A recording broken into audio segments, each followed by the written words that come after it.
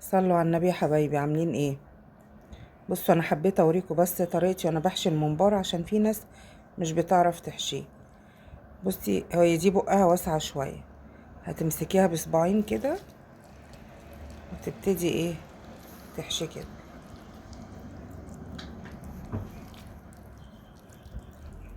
طبعا بعد ما غسلته حلو قوي قوي قوي يعني. صلي على محمد.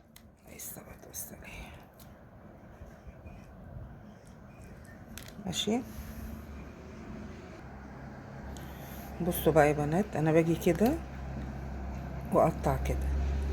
بس هو طبعا ما يبقاش متعبي قوي، يعني لما تلاقي فيه كده رز زياده، لان الرز ده هينشي جوه، فما يبقاش متعبي قوي عشان ما يفرقعش. بس كده. هو ده اصلا ضاني.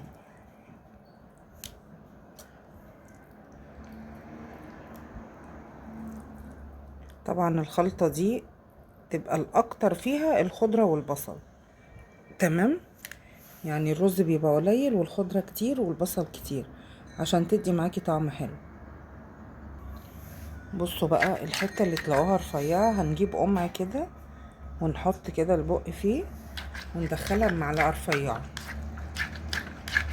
تمام. هتتحشي كده معاكي، بصي هينزل كده معاكي سريع.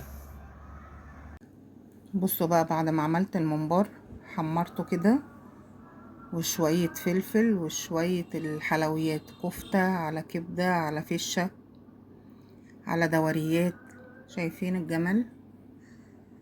وطبق السلطة الطحينة والمخلل القمر ده.